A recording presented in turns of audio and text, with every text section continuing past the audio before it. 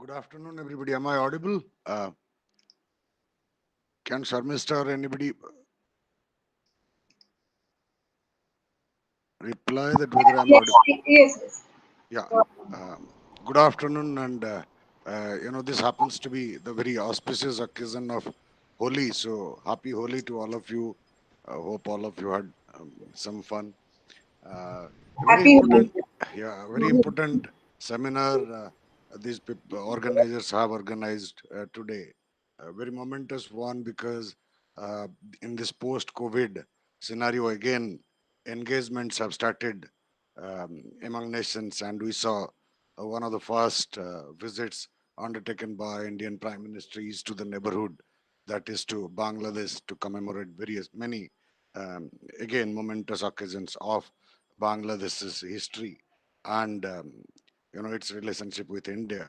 So it is just in the fitness of the context that the organizers have thought of taking up this topic of India's neighborhood policy and India's relations with specific countries with specific context, and very rightly picked up two southern neighbors of India who are in the Indian Ocean. And now this concept of Indian Ocean, whether it belongs to India, whether India should have a larger say in this region, those are the debates. But whatever say India wishes to have in this region, India will need to pursue those interests in association or in cooperation or with the cooperation of the countries of the region. And two of the most important countries in this region, in the Indian Ocean, are no doubt Sri Lanka and Maldives. And in between these two countries, both are strategically very, very important to India, no matter their size vis-a-vis in comparison to India.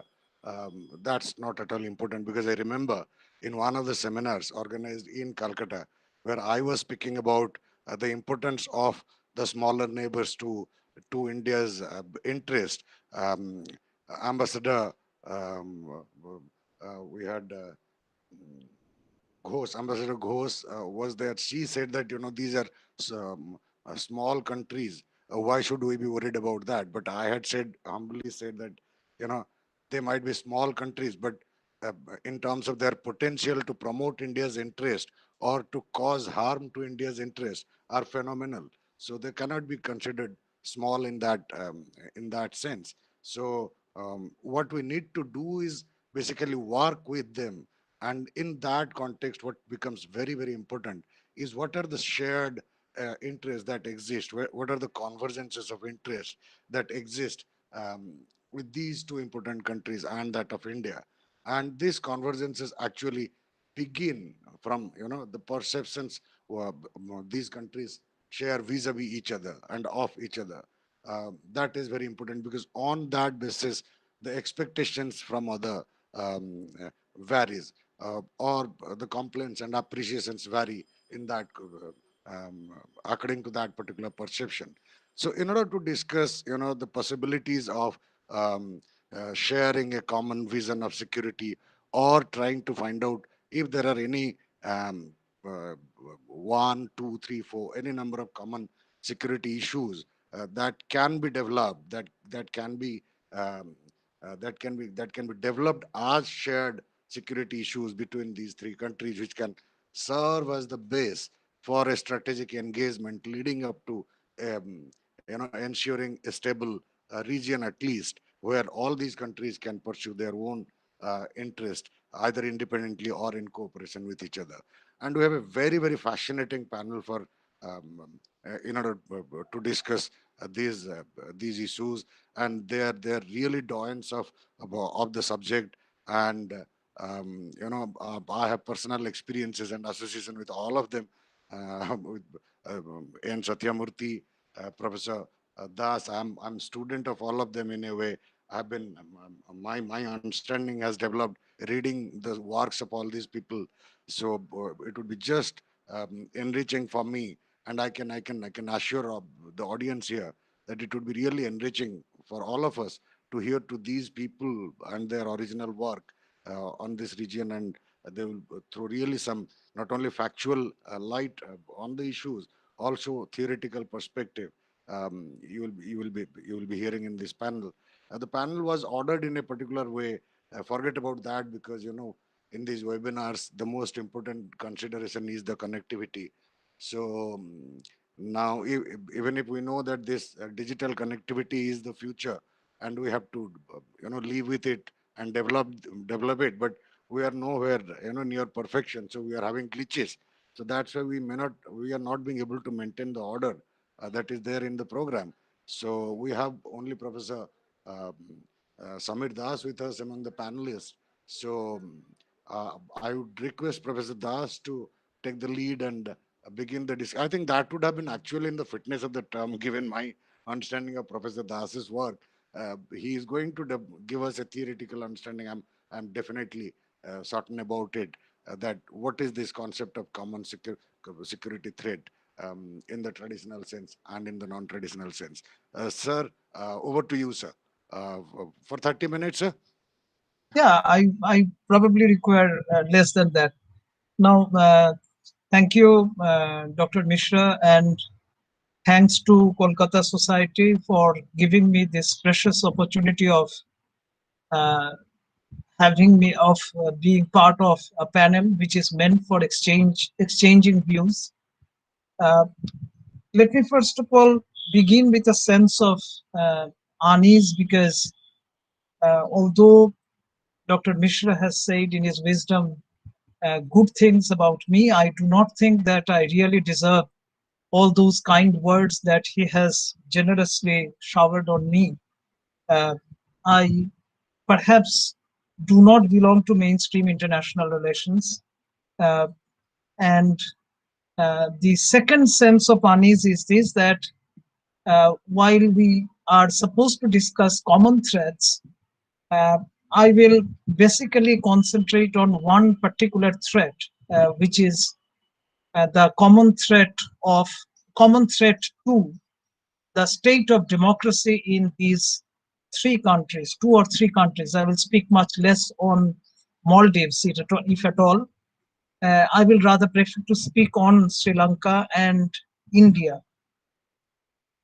Um, I read the concept note very carefully, and I am drawn to a particular sentence which figures in the concept note, which all of you have come across, which is this, and let me quote it, quote, both meaning both Sri Lanka and Maldives are outposts of democracy, unquote. Uh, now, uh,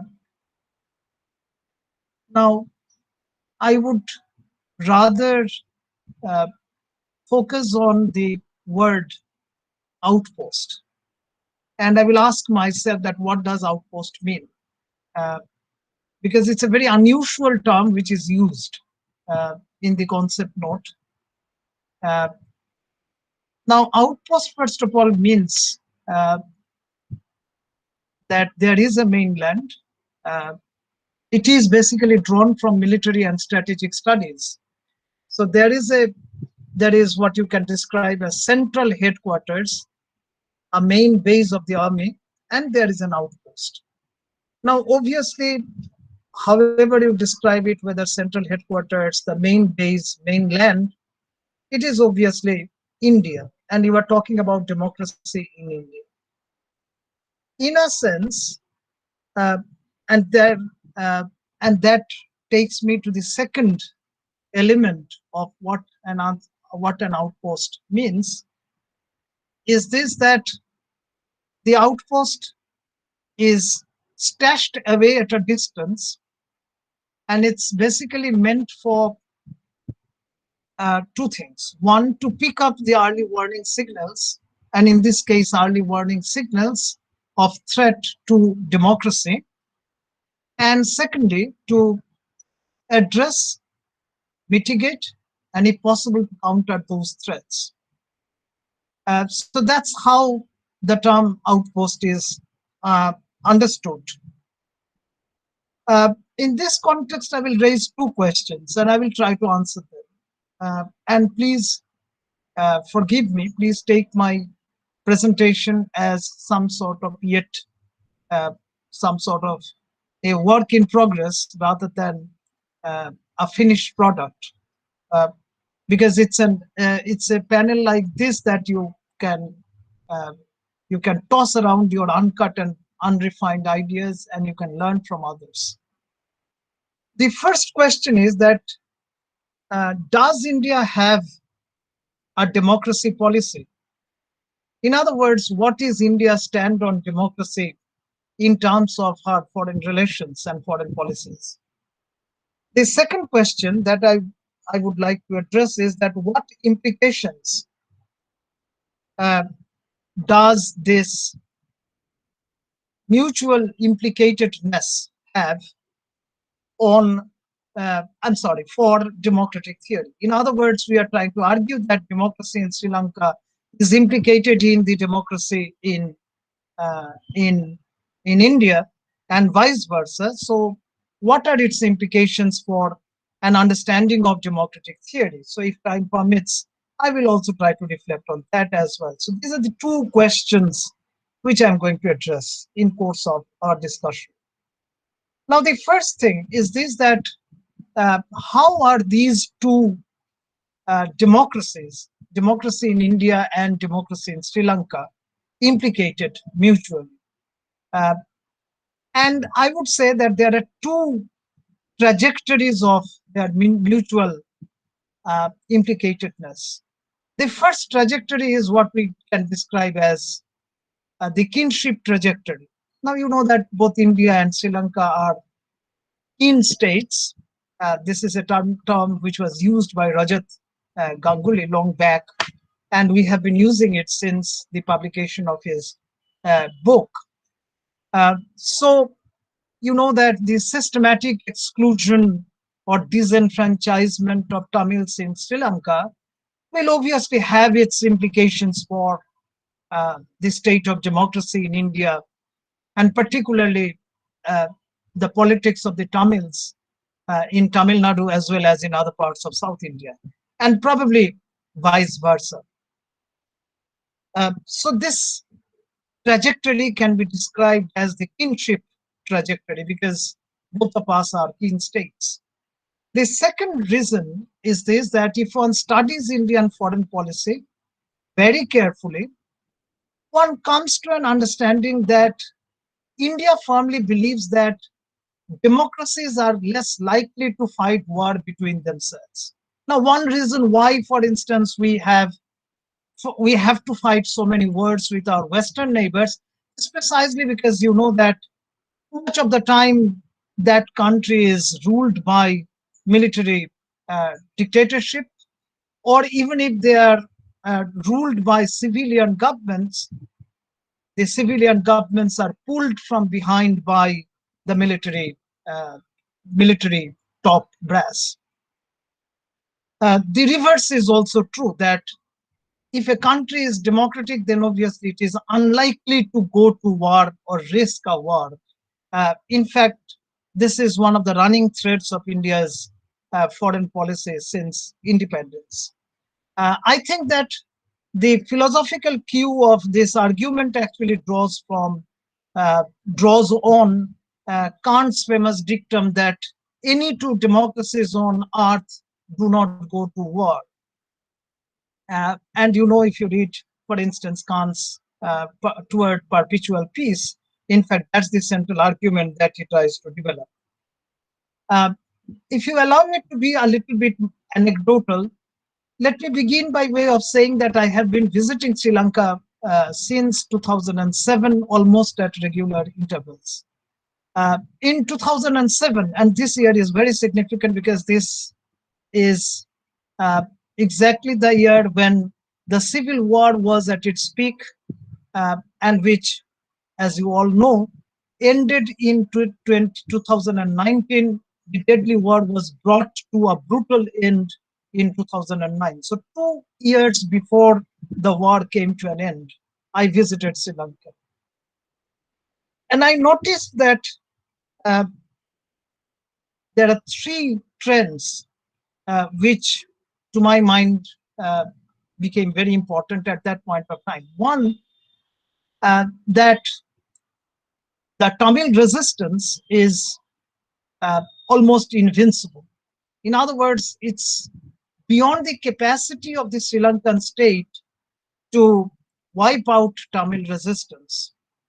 Uh, and you might remember that 2007 is the year, in fact, in the month of March, the Tigers, the LTT, for the first time launched an air attack on Sri Lankan army bases. So in world history, perhaps this is for the first time that insurgents have been using air power. So, and I visited Sri Lanka in the month of May, if I could correctly remember. So 2 months before that, the air attack had happened. The second is that I was also persuaded to believe that it's impossible to carry on with the same policy uh, that the Sri Lankan state had been pursuing. And to put it briefly, it was the twin policy. On the one hand, it is the policy of increasing Sinhalization. All of you know that it began probably in 1956 when the official language act, the Sinhala Only Act, was passed, according to which Sinhala became the only official language of Sri Lanka. And the second was the disenfranchisement of Tamils, which happened in 1964. And if one reads very carefully Shastri Bandaranaike Pact, then obviously you know that India had to take responsibility of a number of Tamils who were on the verge of being disenfranchised by the Sri Lankan state at that point of time. But many of the Tamils did not become either the Sri Lankan citizens or Indian citizens. So their fate remained undecided, hoping that their fate would be decided through mutual discussion in future. So neither of the two alternatives, that the Sri Lankan policy of going hammer and tong and systematically disenfranchising the Tamils would pay eventually. And the second is that the Sri Lankan state will never be able to wipe out Tamil resistance through military means. On the other hand, I also noticed that that there was a general sense of appreciation, particularly in the civil society circles, of India's policy towards Sri Lanka. The appreciation was, the Indian policy was to leverage the Tamils in order to keep the Sri Lankan state in check, so that there could be a semblance of democracy in the small island nation. In other words, you know that the diaspora Tamils were sought to be used as the liver of democracy in Sri Lanka.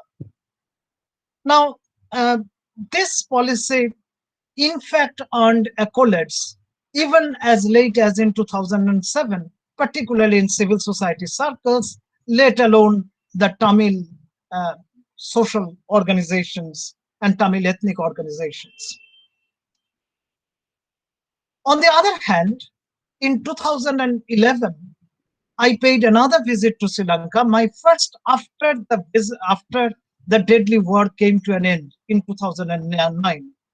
And I was surprised to find out that the tables have been turned around by that time. There were two trends which were noticeable. One, the Tamil resistance was completely wiped out. And you know that it took a toll. The human cost of this act of wiping out Tamil resistance was tremendous. You know that according to official sources, at least 70,000 innocent lives were lost towards the closing months of the war. And according to unofficial circles, the figure is much higher. It's 150,000 innocent lives. Be that as it may, I just asked myself that what would it take in terms of the toll on the state of democracy in the small island nation. In fact, if you can remember, the small island nation had to pay dearly in terms of its democracy. We can we actually found out that the family rule of Rajapaksas have reinforced what a particular commentator has described as the Sinhala Buddhist supremacy. And the trend continues unabated. I don't have to tell you what, what all it means. Secondly, the government initiated a series of development programs in different parts of Sri Lanka, but some of these programs uh, were not extended to areas which were inhabited mostly by the Tamils, particularly in the east and the northeast. To our utter surprise, I also noticed that tables were turned around, and I asked myself that how could Sri Lanka make it possible? Let me quote an excerpt from Forbes.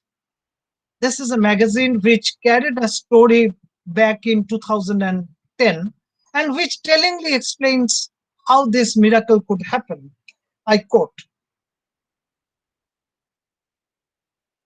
a major turning point in the war, as Sri Lankan Navy Chief Admiral Vasantha Karannagowda acknowledged, came when the rebels' supply ships were eliminated one by one with input from Indian naval intelligence, cutting off all supplies to the rebel-held areas. That in turn allowed the Sri Lankan ground forces to make rapid advances and unravel the de facto state the Tigers had established in the island nations north and the east. Unquote.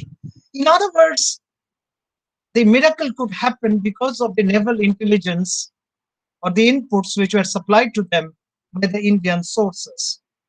So I could well realize that the Indian policy has taken a 180-degree turn. Now I come over to my question, which is this, that what implications does this have for democratic theory? And I would refer to two of them. One is this, that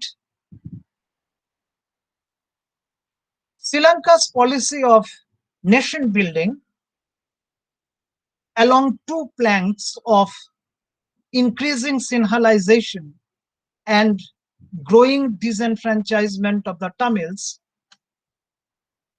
could have contributed to democratic consolidation had Sri Lanka been a country with one overwhelmingly dominant ethnic community.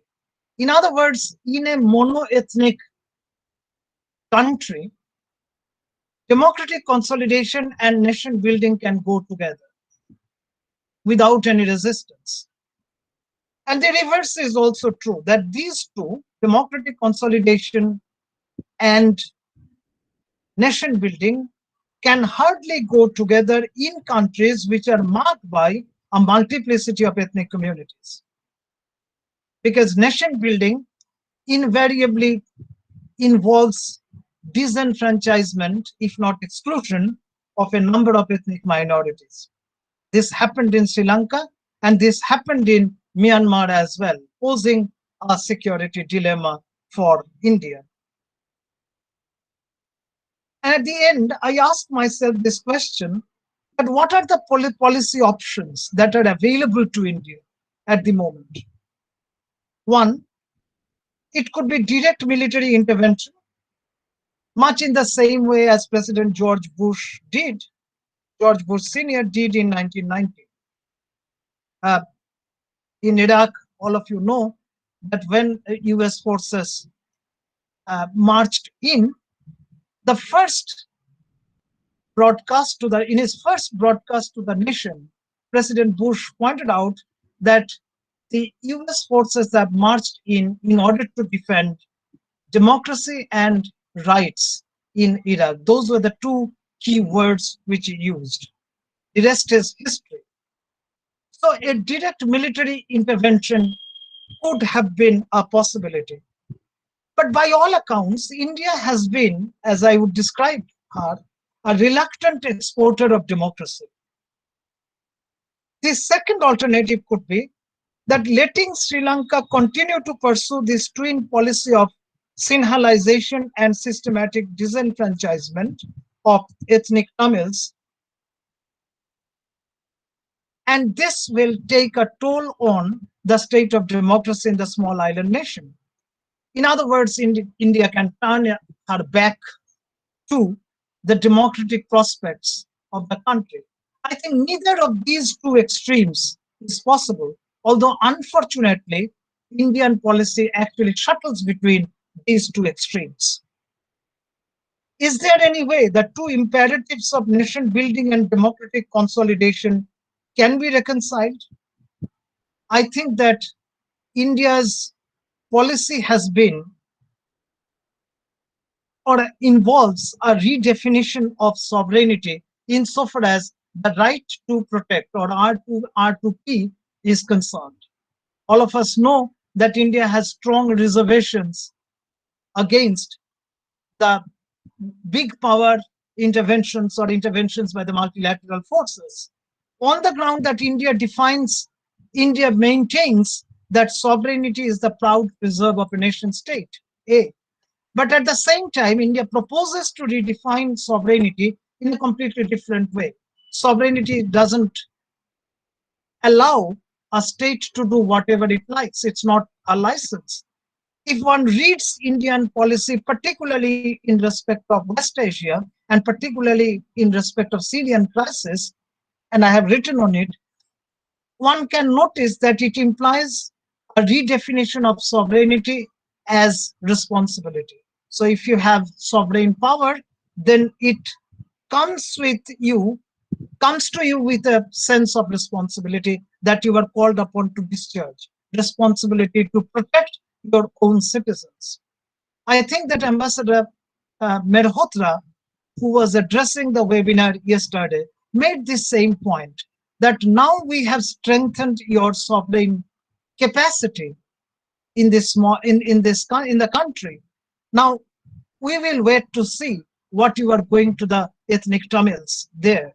So it's for the ball is in Sri Lanka's court, and it is for them to walk the talk and find out how democracy can be preserved in that country.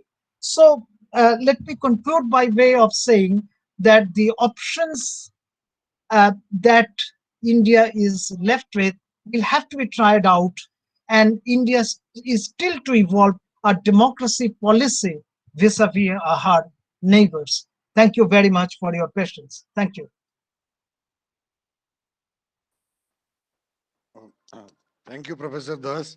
Um, as usual, that was a very enlightening presentation on this India's policy towards its neighborhood and within the context of um, threats to democracy in both the countries.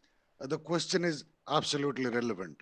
Does India have a democracy policy? Because if there is any history to go by, I recall having continuous debates with late ambassador, um, who was our ambassador to Myanmar, that why did we behave, I coined the term democratic fundamentalist in a way that we are democratic fundamentalist while we pushed the democratic agenda of the United States um, in our interactions with Myanmar and neglected it during the 90s, uh, which cost us that the Chinese grew their influences in Myanmar.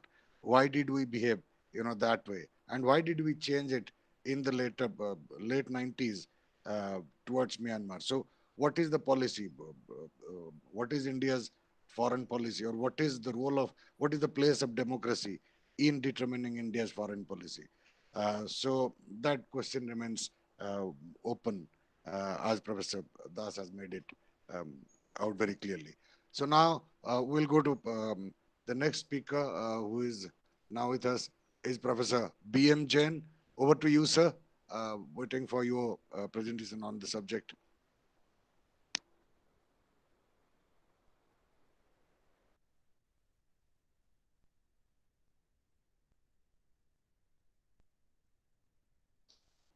Professor Jain, am I audible to you?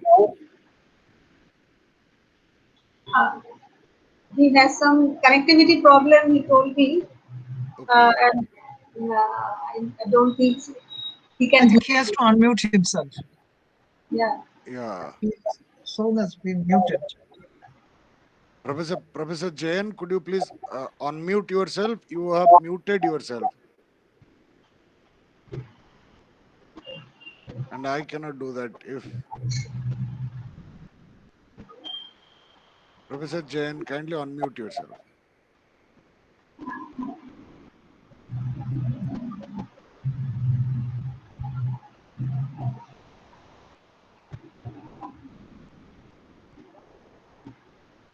So long as Professor Jain is, actually solves the issue, uh, you know, can I just pose a kind of student's question to Professor Das? Uh, hello Hello, हाँ आप आपको unmute करना है unmute कीजिए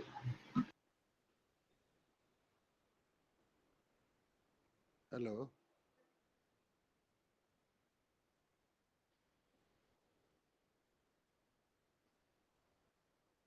hello, hello,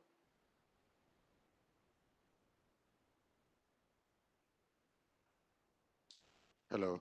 Yeah, Professor Das, is it okay that I can ask you a question? Yes, yes, please. Yeah, yeah. Now, talking Oh, about the way the Sri Lankan government, which was a democratic government in any way, popularly elected government, the way it dealt with the Tamils, at least in the militant aspect of it, the way it मैंने wiped click it किया out, है the way it wiped it out with the data that you gave, जी। that's with 70,000 अच्छा मेरा photo civilian कहाँ आ रहा है? तस्वीर casualty. आ रही है मेरी Yes, sir. Yes, sir. Yes, sir. Professor Jain, we'll just come back to you. मेरी तस्वीर दिखाई दे रही है आपको? Yes, sir. Yes, sir. Yes, sir, Professor Jain. Yes, Professor Jain. Okay, thank Yes. you. Yeah. Should I begin now? Absolutely. Absolutely. You can begin now. O- Yeah. Over to you, Okay. sir. So okay, thank you, Mr.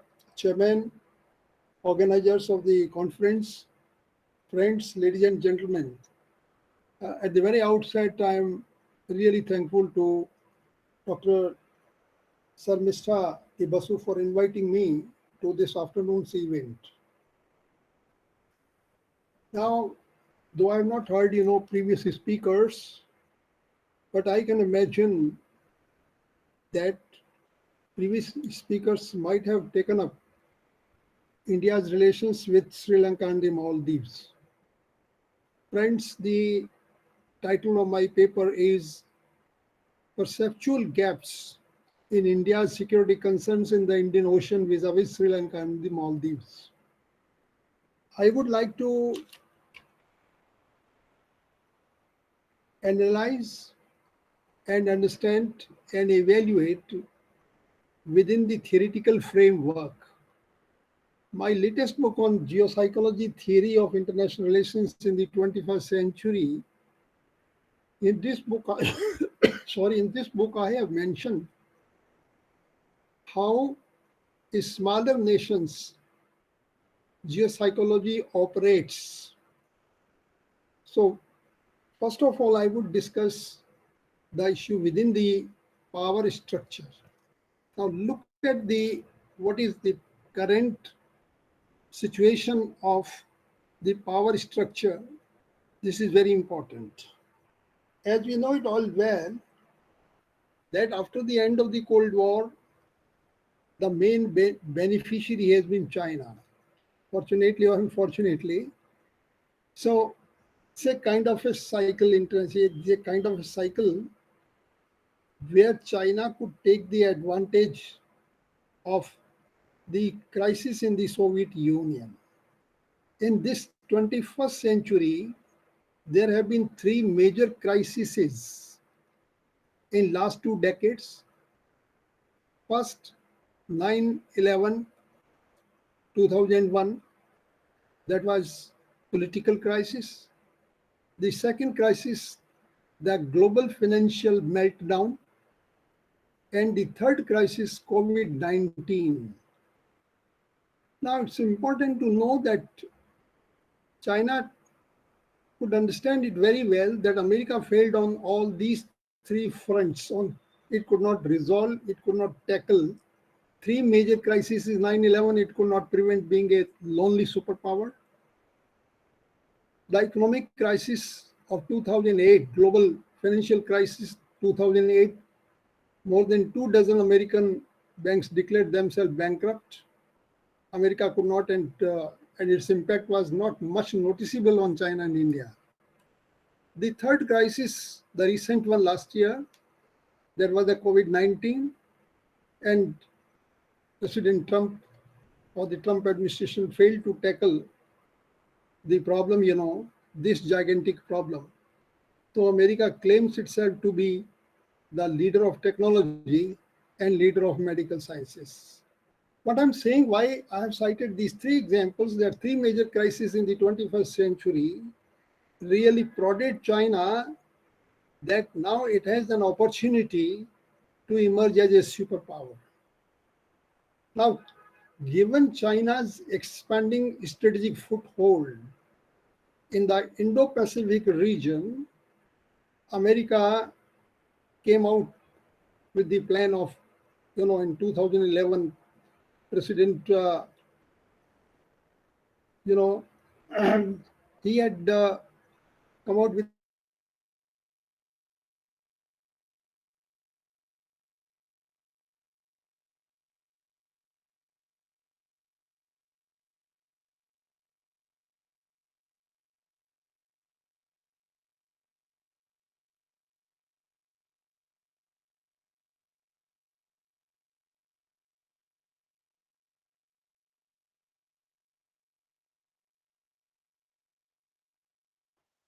Hello. I think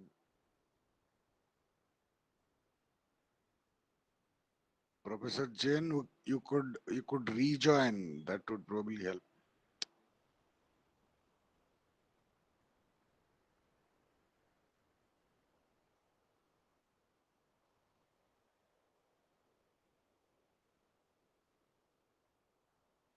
What do we do, Sarmista?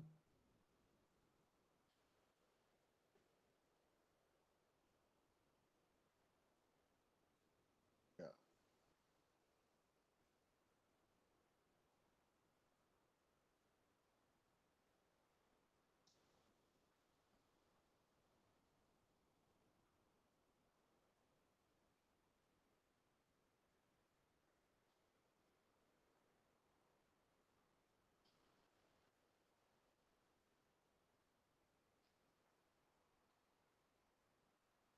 Yes, so Professor Das, what I was saying is that Yes, I the hear. yeah, the way the Sri Lankan government responded, a democratic government responded towards the Tamil issue, but towards the Tamil militancy. And I can draw a parallel, the similar way that the Indian democratic Indian state reacted in a similar fashion. There can be differences of degrees. If your good self remembers, the Indian response to the Mizo separatist movement in the late 60s. So my Right. question is, um, does it make any difference whether whatever the nature of the government is, when it behaves militarily, when it sets out to behave militarily to do something, to quell something, does the character of the state determine the response in that sense? The brutality or the method of fighting the warfare, does it differ? Or Okay. Uh, yes. Dr. Mishra, I think I am in agreement with what you were saying. and that the character of the state doesn't make much of a difference in terms of its responses uh, to ethnic minorities. Uh, my hypothesis was slightly different. I'm not saying that the character of the state determines its response. What I'm saying is that if a country is one of many ethnic communities, then obviously the problem uh, crops up. Uh, and in that scenario, obviously, you know that the state's uh, nation building measures do not uh, do not uh, how do I put it, cannot be called democratic. I mean, you can build a nation in a multi-ethnic country, but uh, if you want to build a nation in a multi-ethnic country through strong measures, then obviously you can't describe the country as democratic. The reverse is also true in the sense that a country which consists of many ethnic communities, um, and I'm sorry, if a country consists of one ethnic community which is overwhelmingly dominant, you know that in that country, obviously, the nation building measures will succeed, and nation building measures will also be considered as democratic. You think of many mono-ethnic countries of the world where nation building measures were considered as democratic. Now, they did not face the trouble because you didn't have ethnic minorities. But wherever you have ethnic minorities, then obviously democracy demands that you do not accomplish the nation building task in the way you want to. In Sri Lankan case, they wanted to accomplish the task by way of adopting two measures. One, which I describe as growing Sinhalization, and the other is growing disenfranchisement of the ethnic Tamils. In other words, you keep Tamils from out of, let's say, government employment, from out of government's development schemes. So, in other words, it doesn't depend so much on the character of the state. It depends on the character of the country, character of the society that exists in the country, which determines whether democratic policies would succeed or not, or whether democracy will succeed or not. In the Sri Lankan case, unfortunately, it did not succeed. But there are countries where the same policies could succeed precisely because you didn't have any formidable ethnic minorities, so to say. I don't know whether I could answer your question, but I am in perfect agreement with your central thesis. The character of the state doesn't make much of difference. Please unmute. Like we can't hear you. Please unmute. We can't hear you. Yes. By way of answering, you gave a very different picture, and which is also essential to the understanding of the entire. What I was talking about is the use of force. You know, the proportionality of use of force, or the way the state decides to use force against people who are rebels. You know, who can be considered part of their own nation or not, but the method of using force, is that determined by the nature of governance or the nature of government? Because I drew the parallel between the militant response of Sri Lankan state towards the end to end the Tamil problem militantly, at least in its militant aspect, and the parallel I drew with is Indian government's response to the Mizo problem. You remember those, you know, using helicopter gunships against the own population for the Yes. first time. And so I was saying that, does that, because here we see, you know, two democracies, you know, democracies are using such brutal methods. You know, you yourself said that the Sri Lankan government was brutal in killing 770,000 innocents, and one can also keep, you know, similar counts in the Mijo case, where indiscriminate helicopter gunship firing is going on. So I was talking about that. Yeah, we can Yes. go on, because now we have the company of Sri N. Satyamurthy, the director of Observer Research Foundation at Chennai. and a true expert and a regular commentator on Sri Lanka and Maldives. I have been a reader and an avid fan of Satyamurthy ji. Sir, welcome you. Happy Holi. We have been waiting for your interventions in this topical discussion. Kindly, over to you, sir.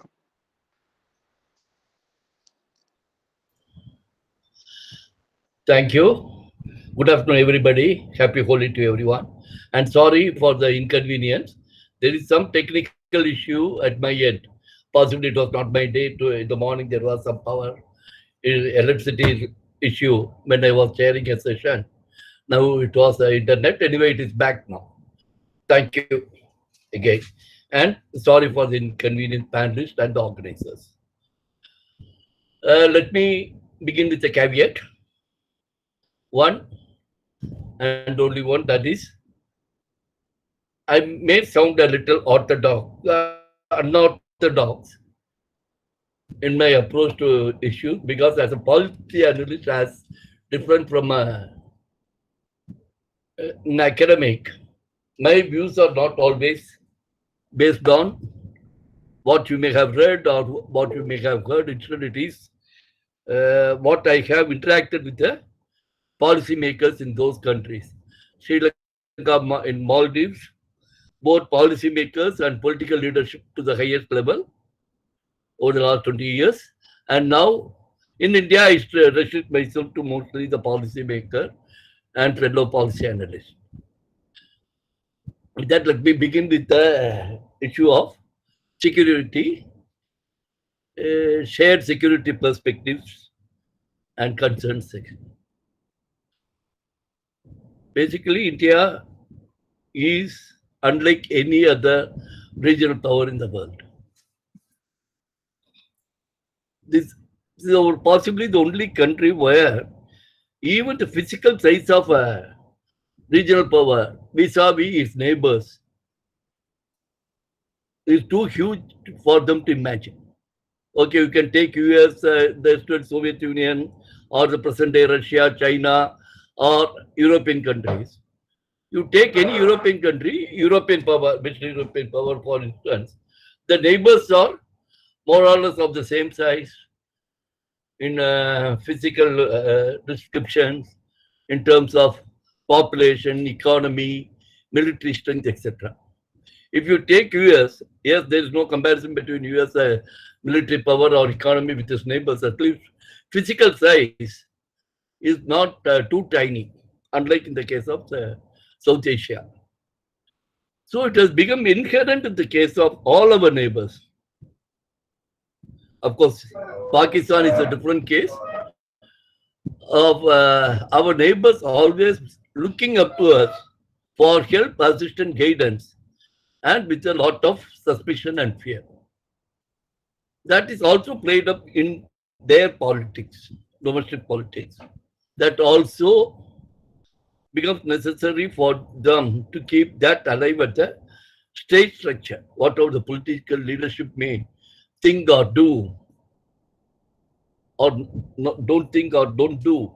The individual state structure, it is not only true of Sri Lanka and Maldives, but almost every one of our neighbors. This problem persists. And we have not been able to address this to our own satisfaction. We do a lot. The neighborhood first policy is the latest. Rather, it is a latest with the name. But this is what we have been doing all along since independence.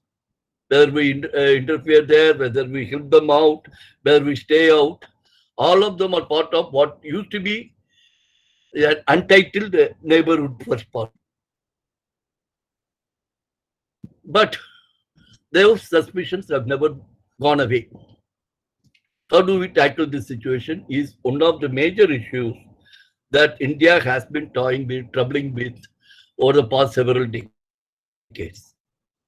And our policymakers, or at least the strategic community in this country, we invariably begin well. We should help, we should assist.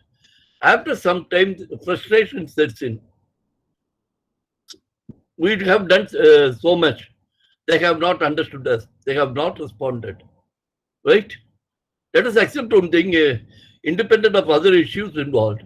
There is a anti-Pakistani constituencies in this country since independence. Like, because that is also a political issue, there is a serious concern for us even today, will continue to be tomorrow. So there are similar constituencies in these countries, whether it is Nepal, whether it is to an extent Bangladesh. Even yesterday we saw what happened there when Prime Minister went there. Maldives or Sri Lanka. This we have to understand as students of South Asia first. And bringing in China angle where it doesn't exist or where it exists is not going to help resolve or understand these problems. For instance, today it is China. During the Cold War era, they identified, our neighbors identified us with Soviet Union, and they moved towards the US. Sri Lanka's case was one in point. President J.R. Jayawardena clearly sided with US. He was the one who offered staging rights for Voice of America, and our security agencies felt that it was to eavesdrop on India. The same way we think Hambantota port can be used. Of course, Hambantota size and shape means a lot more. And there were also reports that the Sri Lankan government was trying to palm off the Trincomalee oil forms of the Second World War Wundash to an American firm, those which our people identified as being close to the American establishment. I don't have to tell you what agency in the US they were linked to. That is where some of the troubles for Sri Lanka started. But this is the situation. Even in the case of Maldives, there were rumors, there were reports that then President Mamoon Gayoom was helping the Chinese, because China was already fashionable in Indian strategic circles to cite. As someone who was following Maldives then and got to know more and more of Maldivian policymakers and politicians, very personally, much later, that is after President Nasheed came to power, someone told me, no, it was our job. We couldn't remove President Gayoom, one, which was understandable. We couldn't make India move away from Gayoom and begin to hate. We floated the story. The government of India was not really fooled. They also were concerned, but they verified and they discovered, no, the Maldivian government has not given away any island to China, as we had said. But your strategic community fell for it. Even today, any discourse on Maldives-China relationship, particularly strategic relationship in India and others, dated back to the Gayoom era. Nothing of the kind really happened. So we have to be clear about our approach to our neighbors and their own concerns. See, for instance, from what I have heard from people in Sri Lanka and in India, they were really concerned about the Bangladesh war. That will they target us next? There was absolutely no truth in that kind of an issue. It was not happening, but still their cabinet and security agencies sat through the night on 16 December 1971 to discuss will it be Sri Lanka next. Their fears were real, but the facts were wrong. And naturally, when it comes within government, they don't share it with you, or they don't walk up to the Indian High Commissioner and ask, or Indian External Affairs Minister, sir, is it true that you are going to do it next to us? Right? This is the problem. Because they are always suspicious that bigger India can do anything it wants. That is also why a section of the Sri Lankan political leadership, security agencies, and state apparatus, independent of these two, were concerned about IPKF, Indian Peacekeeping Force. Let us not forget it went only at the written invitation of President Jayawardena. And let us also remember that when we were asked to pack up by his successor, President Premadasa, we did it. We just shrugged our shoulders and we came back. So that proved a point.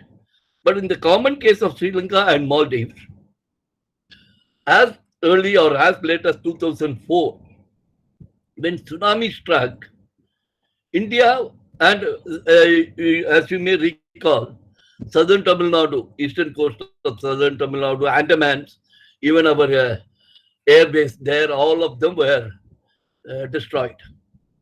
Hundreds died, if not thousands, as in the other two countries. But within 6 hours, our first batch of rescue team had landed in Sri Lanka. And again, as a senior leader of the Janata Vimukti Peramuna, which is anti-India then and now. It was then a militant force, now it is a moderate, modest political force. They told us that when IPKF came, we actually believed that they will try to stay back. They went back honorably, just as they came in. When tsunami came, we were convinced of two things. That India does not require a base in Sri Lanka. Because our all rescue operations in 2004 were out of India, Trivandrum Airport base, or Vizag or Madras ports, etc. Right? They said, and again, once the job was done, they left. They did not even wait for us to give them a send off, people sent off. It was also the case in Maldives. But in Sri Lanka, they understood it better. But still, there is a section, including JVP, because now it is politics there. They are unable to accept and acknowledge this. Two, when it comes to their extra-regional concerns, both nations, depending on who is in power, they want a guarantee that international community would not pounce on them, which we are seeing is true of Sri Lanka in the last 10 years post-war. Even only last week, UNHRC voted on a fresh resolution that authorized investigation by the High Commissioner's Office into war crimes, allegations of human rights violations. Not only that, it also extended it to cover the events of the past, rights violations of the past year when the Rajapaksas are back in power. There, somewhere along the line, they believe, and they may not be wide off the mark. Ultimately, all of it has to go to UN Security Council. There they have veto power in China and Russia. During the Cold War years, it was the US and possibly the other Western allies, both England and France. So this is the dynamics where we are not a UNSC member, but we can do something. That was the case earlier in 2012 when the UNHRC vote was taken.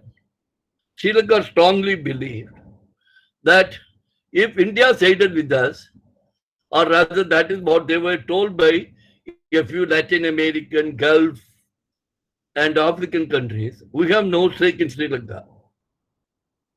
We generally follow in international issues relating to South Asia what India has to say, we vote that way. We don't even discuss it always with India unless we need to understand something specific. That being the case, when India voted against, they lost. This time, I am not going into the details.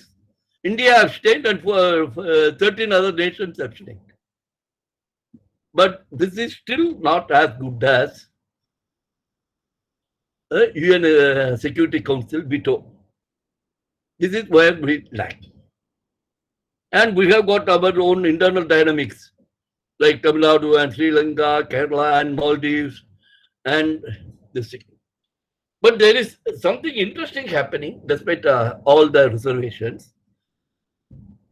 In November last year, the Indian National Security Advisor went to Sri Lanka for a first ever tripartite NSA level meeting in 5-6 years.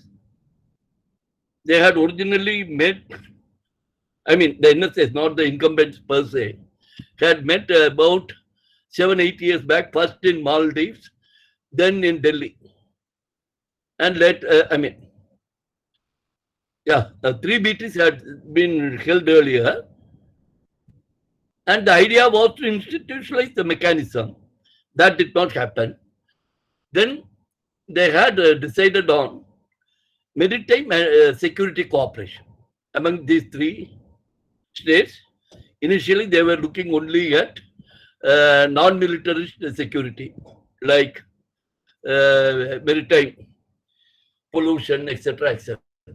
But obviously, they were ready to go further once they had established the ground rules.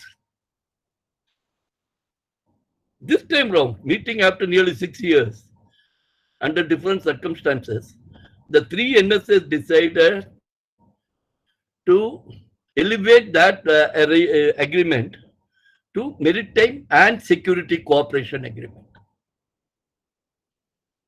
From maritime cooperation agreement, maritime security cooperation agreement, it has become maritime and security cooperation agreement. So that is a welcome decision for India. It is also a reflection of what the Sri Lankan government told us immediately after the parliament election last year, that as far as foreign policy is concerned, what they didn't say is security policy also is concerned. It is the India first policy. They are reiterating that part of it to us, that when it comes to security, India comes first and only India. This is what Maldives has also said. See, about 10-12 years back, when this entire mechanism began, the NSA level meeting, I know for certain, as I said, if you ask me to cite someone, I can only cite myself. Sri Lanka and Maldives had decided, sat down and discussed before they met with India, that they cannot handle their external security. 2, they do not want extraterritorial powers, extra-regional powers in the Indian Ocean. That left them only with India. And they also acknowledged at that time that India was their first line of defense. And for India, these 2 countries are the first line of offense. They may not attack us, they can provide them base. A section of our strategic community keeps repeating that China will have a navy in Hambantota, all kinds of things. The Sri Lankan perspective is, we want money to develop. We don't care who gives. India is unable to meet our aspirations at a time we need. In fact, some of the senior political leaders and the incumbent presidents from the past have also said in private, and some of them have also openly said it. India has got a lot of goodwill for us, but not the kind of funds we need just now, because they have an aspiration problem with their own population. This is, I will explain. There, men, Sinhala men, Tamil men, women, children, everyone, a lot of them are living outside the country, particularly in Europe, Australia, Canada. You name the country, there will be 1 or 2 Sinhalas, definitely, and about half a dozen Tamils. Particularly Sinhala women are housemaids and nursemaids across Europe, and their men like Tamil men or Indians or chauffeurs, mechanics, and other kind of skilled and semi-skilled employees in the Gulf. They see development there. The Sri Lankan establishment, I am not talking about a particular political party or leader or ideology, are really concerned. I don't see a real reason why they should be concerned, but they are concerned that this kind of aspirational population, when they come back and they find no jobs, they find no respect from their poverty from the past, they may militate against the Sri Lankan state. This is a real concern of that country, whether we believe it or not. And they have the example. See, on the one side, we saw Tamil LTTE and their kind of terrorism. IPKF itself went there only to, rather, IPKF's arrival there helped the Sri Lankan state to withdraw the Sri Lankan Navy, military army to take on the JVP left militancy in the south, that is the Singhala areas.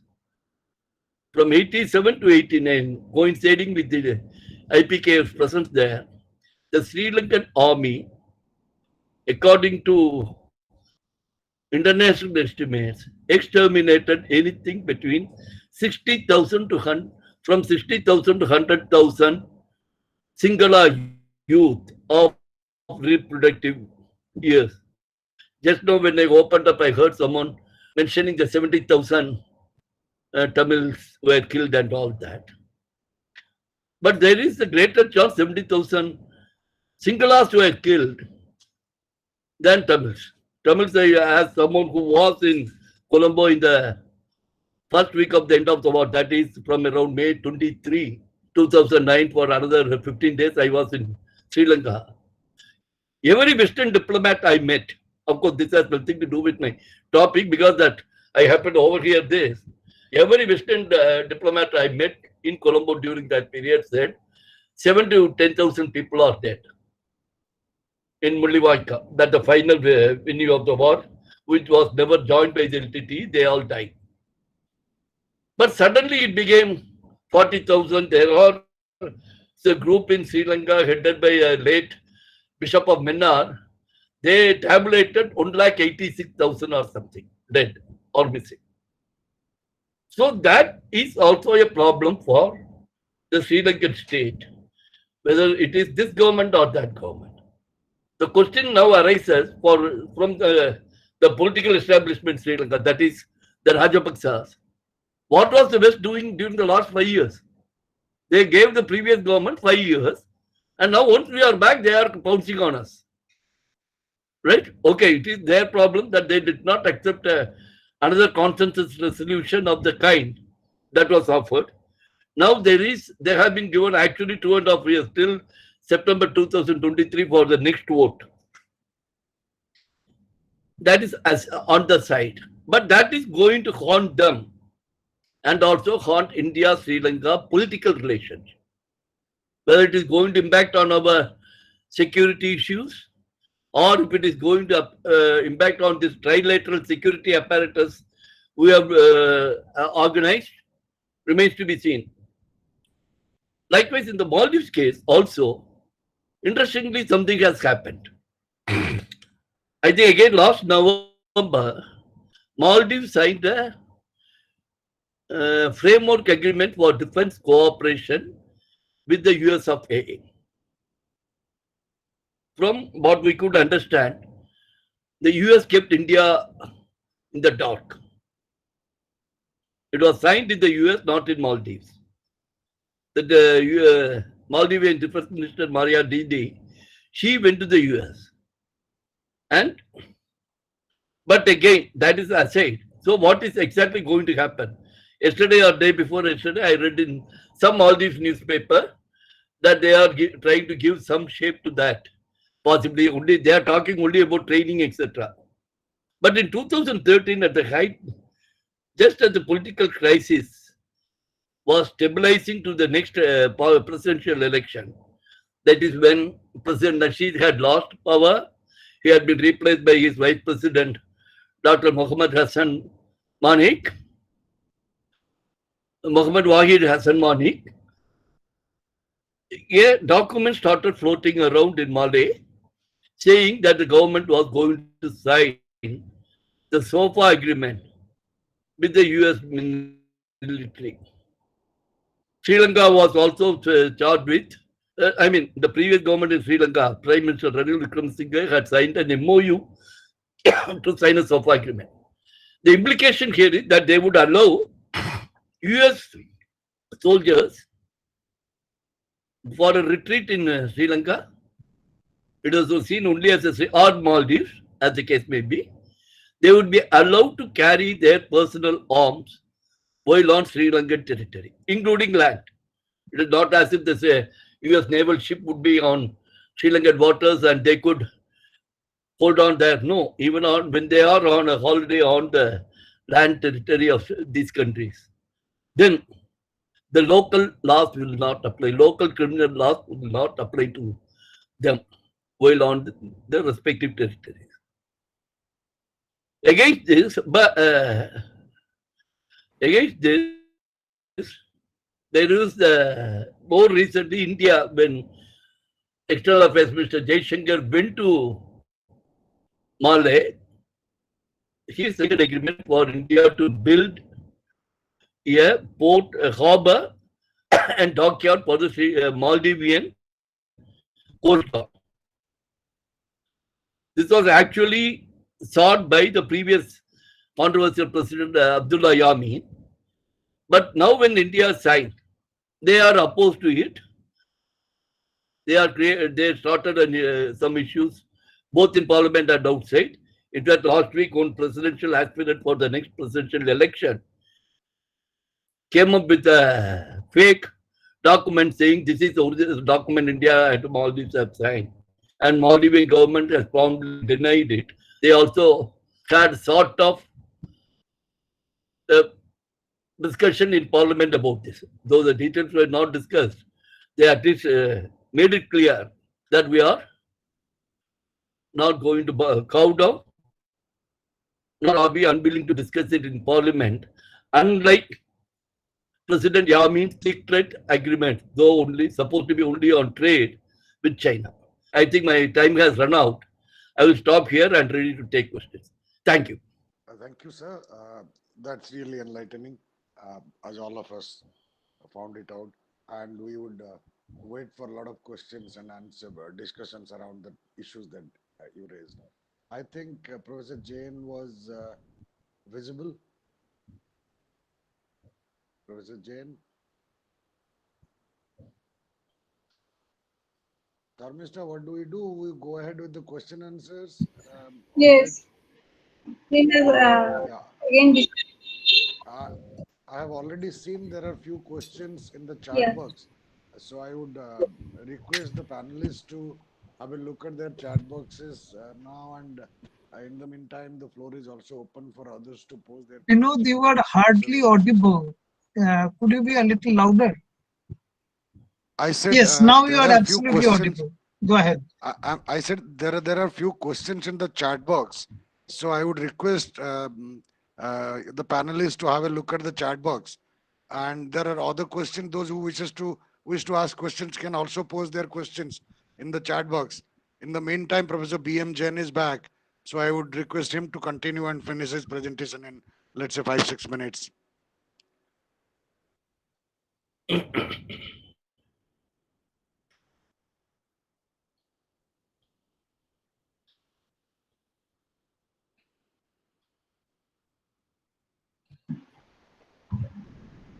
Over to you, Professor Jain. Professor Jain, please unmute yourself.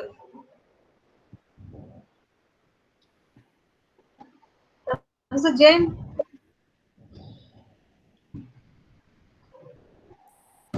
Professor Jain, please unmute yourself. I think his connectivity is not all right. So yes, Professor Das, there are a few questions in the chat box for you, and along with my questions, if you could, answer those questions. I think the questions are very important, and let me begin with the question that you asked. I think it's a very pertinent question. The way, for instance, the state responds to uh, insurgencies organized by ethnic minorities uh, is pretty much the same, but with one significant difference, if you could agree. I know the air raid which happened in Mizoram in the 1960s in response to the Mizo rebel operation, codenamed Operation Jericho. And you know that this was a Indian Air Force helicopter, and Sam Manekshaw was there inside the helicopter. So he was rappelling out of the helicopter. He had to rappel out because the helicopter was shot by the rebel gunfire. It was a 303 gun, which it's incredible. It was a 303 gun which tried to shoot down the helicopter, and Sam Manekshaw was rappelling out. And while rappelling out, he was shot in his leg, and he was injured. So since I worked with the ex-rebels of Mizoram for 3-4 years back, and I almost interviewed all the ex-rebels who are alive today. So I have the first-hand story of this. But coming back to your question, one significant difference between the way Sri Lankan state responded to it and the way Indian state responded to ethnic insurgencies in the Northeast. Because you know that in the case of Mizoram, for instance, you know that ethnic insurgencies and negotiations with the rebels all were happening almost at the same time. So Lal Denga was always in contact with New Delhi and was holding talks with New Delhi. So in that sense, you know that you have a parallel system of negotiations and discussions which were going on, which resulted in the 1986 Accord. The second major point of distinction is this, that today, for instance, the way Mizoram is governed, and you have, for instance, parliamentary elections, state assembly elections being held at regular intervals, shows the resilience of Indian democracy in a sense. But today what is happening in Sri Lanka, and I guess that my other co-panelists will agree, that the family rule of Rajapaksas has actually successfully, quote unquote, successfully eliminated the last trace of Tamil resistance. And as I have said, for instance, that the same trend of disenfranchisement of Tamil ethnic minorities, whether from administration or from civil society positions, is seen everywhere. So this has been aided by a complete decimation of civil society organizations in Sri Lanka today. Now, in 2007, when I visited Sri Lanka, I found that civil society organizations were very vibrant, were very active, and they were still playing a hyphenating role between the Tamil ethnic minorities on the one hand and the Sri Lankan government on the other, as well as other international bodies. But in 2011, first time I visited after the brutal war, after the deadly war came to a brutal end, I didn't find almost any trace of the civil society organizations. I know I am exaggerating it, but you know that the once vibrant civil society was nowhere to be seen, whether in Colombo or in other places. So that is the major point of difference between Sri Lanka and Mizoram. coming back to another question which has been posted on the chat box. I think it's a very important question. This is a question which has come from Joydeep Narzari. Joydeep, my answer to your question is very simple. That when you talk about democracy, if you define democracy as a rule of the majority, and in arithmetic terms, then obviously look at this hypothesis, look at this, how do I describe it, syllogism. Now, if your first premise is that democracy is the rule of the majority, and your second premise is that Sri Lanka is a country where the ethnic Sinhalas are the majority, then does this mean that democracy in Sri Lanka will mean the rule of the majority Sinhalese people? I do not think that one is in agreement with it. We need to redefine democracy in excess of what the arithmetic wants us to believe. Democracy, and that's the reason why, you know, that a group of scholars of democratic theory actually argue that ethnocracy masquerades as democracy in majority oriented democratic regimes of the world. So ethnocracy and democracy become synonymous wherever, for instance, the electoral majority becomes the be-all and end-all of democracy. I do not think that that's the accurate way of defining democracy. Democracy means something more than that. That's the reason why I said that in a country where you have one overwhelmingly dominant ethnic community, then perhaps the problem doesn't arise. Had Sri Lanka been a country where only one ethnic community would have been dominant, then obviously you know that you wouldn't have this problem. The problem arises precisely because you have a reckonable number of ethnic minority in the form of ethnic Tamils, or for instance Muslims, in this small island nation. So it doesn't matter whether it's territorially large or small. The composition and the very fiber of the society, heterogeneity of the society matters in composing the democracy. The reverse is true. In other words, if you think of a country where there are many communities, many ethnic communities, then obviously you know that nation building and democratic consolidation do not go hand in hand. So democracy will constantly keep the nation weak. And that's the reason why, for instance, you have a group of scholars led by probably TV Paul and others who argue that there is too much of democracy in a country like India, because too much of democracy actually leaves your state weak. A weak state is a price that has to be paid in order to ensure democracy. So these two don't go hand in hand in a multi-ethnic country like India, like Sri Lanka, like Myanmar. And there, you know, that's the reason why I say that India needs to have a democracy policy where it doesn't swing into the one extreme of, let's say, direct intervention as George Bush did, for instance, in 1990, or for instance, drifting apart kind of policy that letting the country do whatever it likes, and it eventually takes a toll on its democratic fiber. I think India has to reconcile between these two extremes and find out a middle path.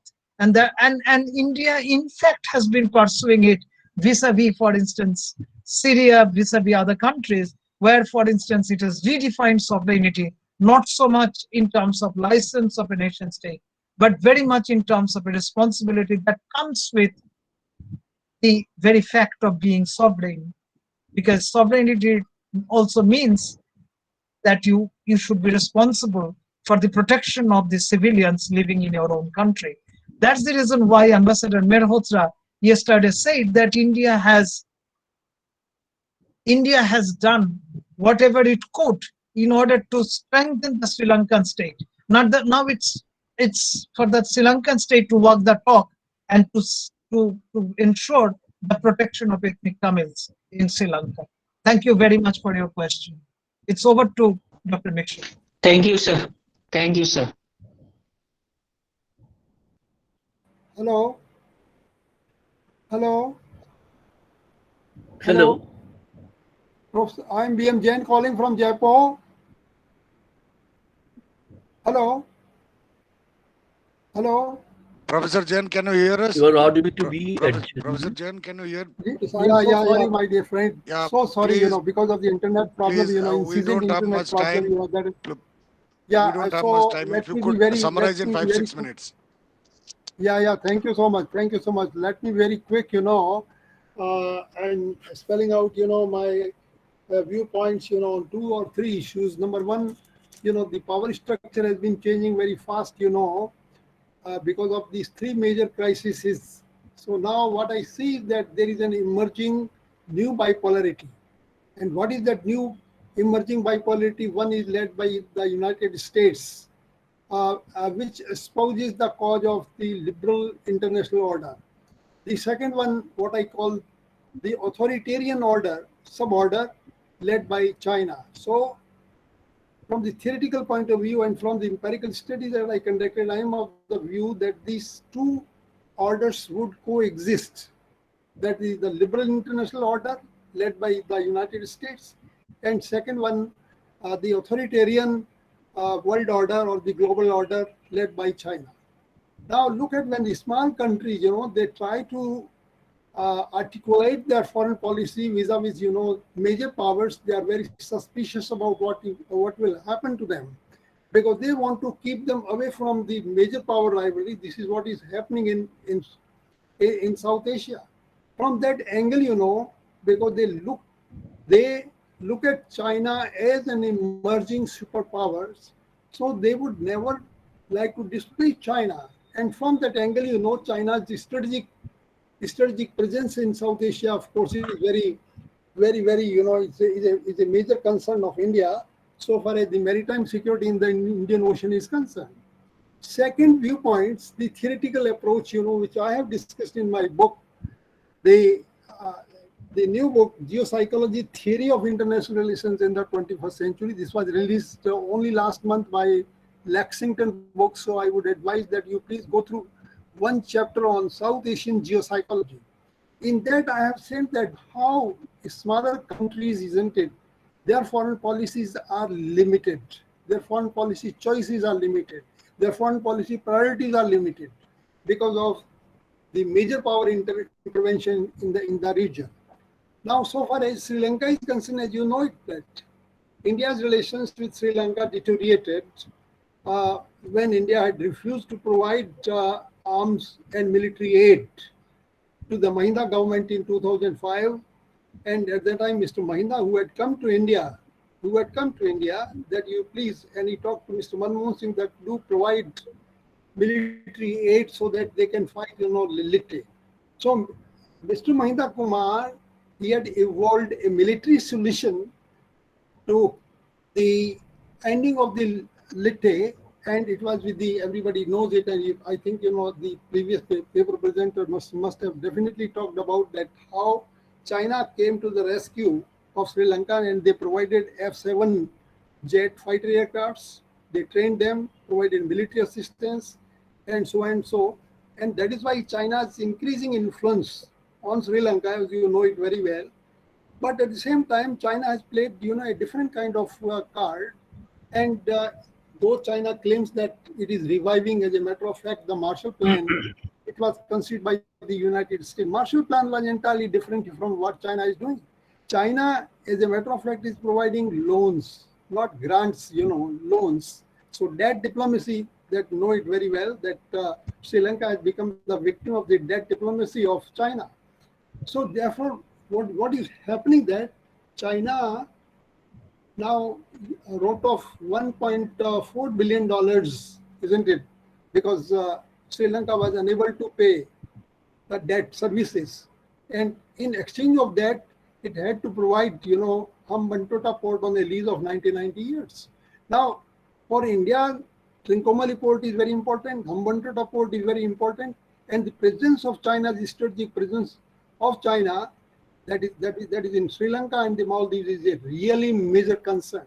Though we claim, our scholars and policymakers and diplomats, they claim that we have common security threats. No doubt, we have common security threats, isn't it, Share? And in November 2020, Mr. Dowell had participated in the National Security Advisor level meeting there. So they had discussed the common issues like terrorism is there, extremism is there, drug trafficking is there, human trafficking is there. But this does not mean that their attitudes and approaches have changed towards India. That is very important. In my book, another very important contribution I have just tried to make in my another book, India and the New South Asia, which was published by IB Tauris in London, that encouraged me to work on geopsychology of smaller countries. Now, they perceive India as a hegemon, isn't it? Why? Because of India's actions, because of India's policy choices, because of India's bullying tactics and all that. Now, China, as a matter of fact, acts differently because it functions within the three concentric circles. What are those three concentric circles? I'm not going to, give the details about the Chinese foreign policy and its diplomatic tactics. That is, it behaves differently when it talks with superpower or with major powers like India. When it talks, engages, in diplomacy or engages in dialogue with the middle-ranking power, its behavior is different, isn't it? Like India, isn't it? When it deals with smaller countries like Bhutan or Maldives, its behavior is excellent. Very warm relations, is in very warmly relations, with these countries. So therefore, we need to understand that China now is an emerging superpower, and therefore America has launched, the Quad, as you know it very well. If America being the lonely superpower, why can't it fight China in the Indian Ocean? And therefore, President Barack Obama in 2011 had launched Asia Pivot or Asia Pivot, policy, in which India was also roped in. Similarly, India has been roped in the Quad. Now, why Quad for what? That is to limit Chinese influence in the Indo-Pacific region. That we can understand it very well. But now look here, the diplomacy doesn't work like this. Because I have discussed that what is the importance of geopsychology. Geopsychology, as a matter of fact, is not fluffy. Is not fluffy and useless, isn't it? Its study is very, very important, and it should be taught in the universities, the college and syllabi, as well as essential for public diplomats who deal with the ruling elites and influential actors in their overseas assignment. This is very important. Until unless we understand the belief system and the perceptions and the images of smaller countries or maybe bigger countries, we cannot formulate foreign policy in a systematic and scientific manner. This is what I have said. I have maintained in my book that in geopsychology, for instance, Chinese geopsychology is very important because China was humiliated in the past, and therefore China is poised to take the revenge. On the other hand, because India lacks strategy culture, everybody knows it, that India lacks strategy culture, and therefore we always say that we have got the capacity to absorb. We have the capacity to absorb. The things are different so far as Russia is concerned, so far as Germany is concerned, so far as China is concerned, because they have strategy culture. And within that strategic culture, they know it, they want to keep the past memories alive. China has been trying to revive the past memory that how China was mistreated by the Western powers, including Japan. So, as a matter of fact, what I'm saying that slowly, gradually, China as a major global power able to compete with the United States. What has happened? It has launched 500 warships in the South China Sea. Look at 500 warships.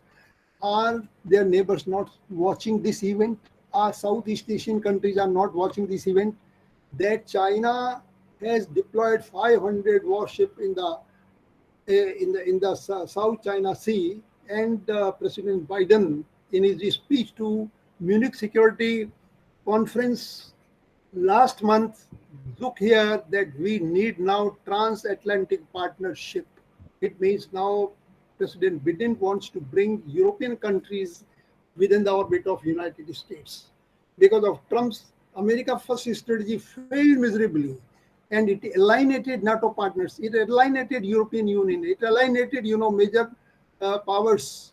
Therefore, Biden is now trying to revive the old NATO partnership, transatlantic partnership. Why? Because of China threat. Because of China threat.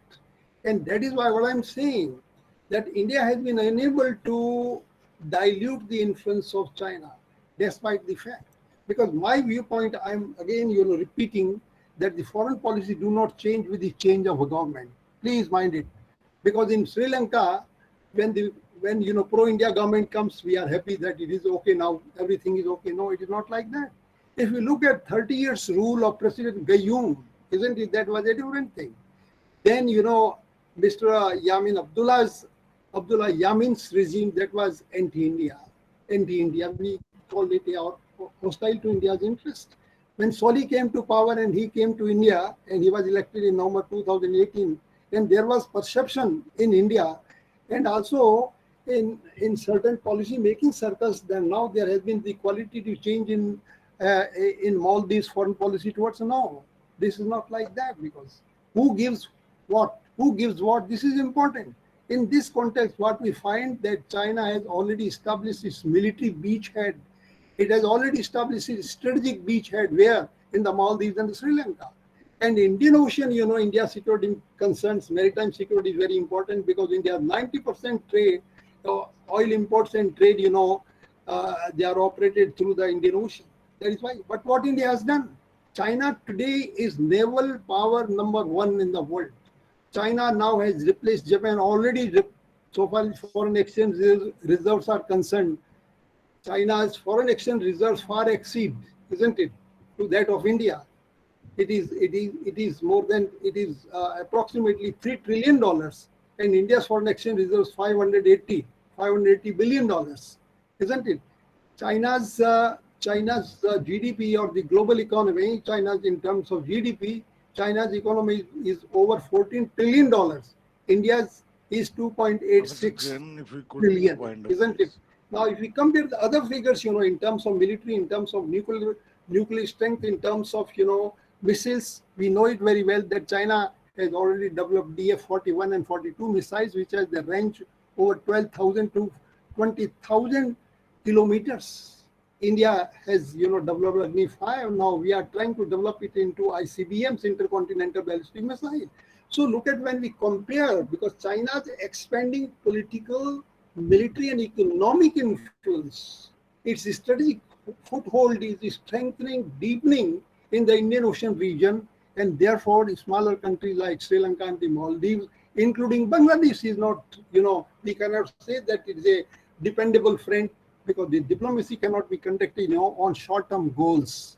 Our diplomats and our foreign policy makers, they need to sensitize themselves that, look here, we need to introspect that how India's foreign policy and where India's foreign policy has failed, that we have been unable to take our neighbors together, isn't it?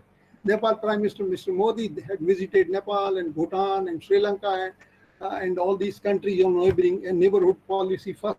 That was okay, because the political rhetorics do not work when it comes to the actuality.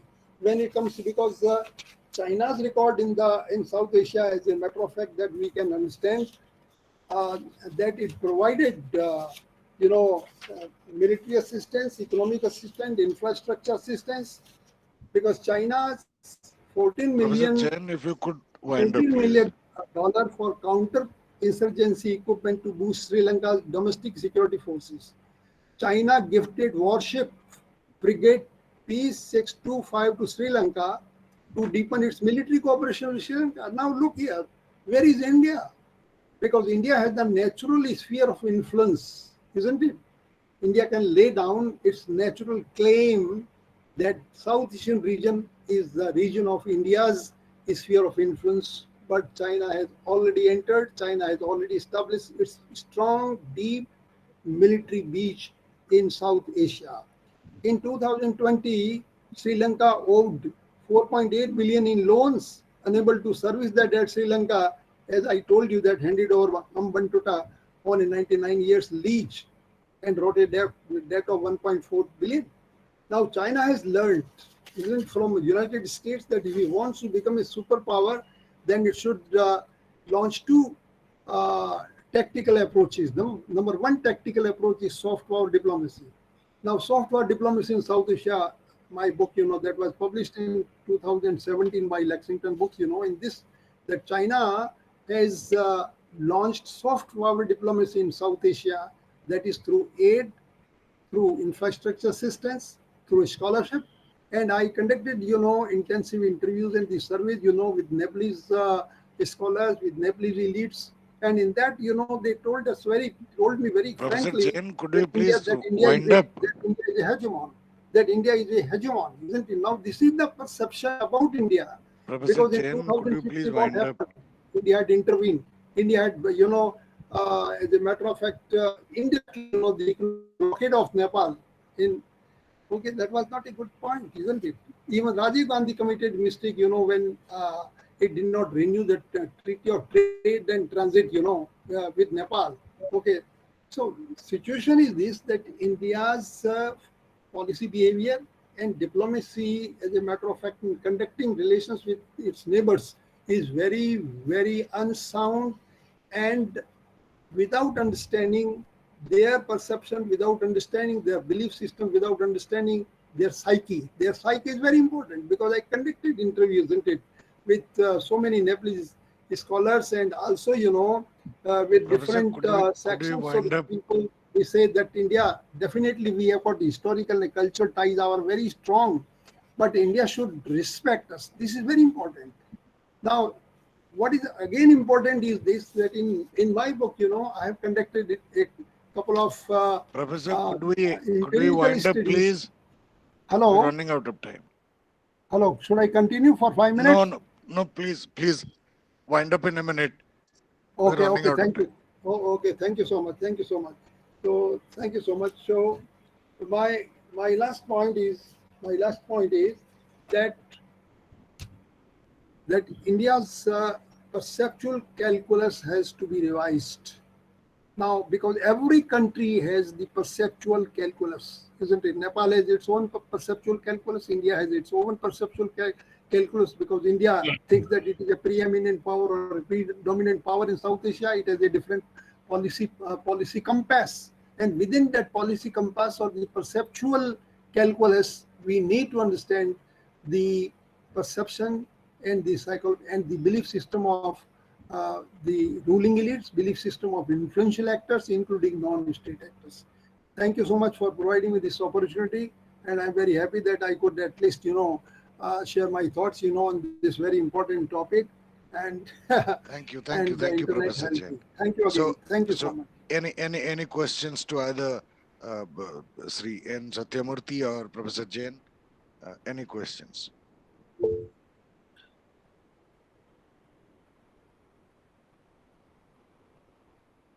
Yes, any questions?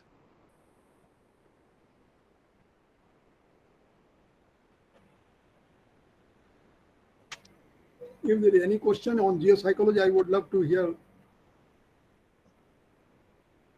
Well, Sarmista, I think we had a good discussion in the meantime.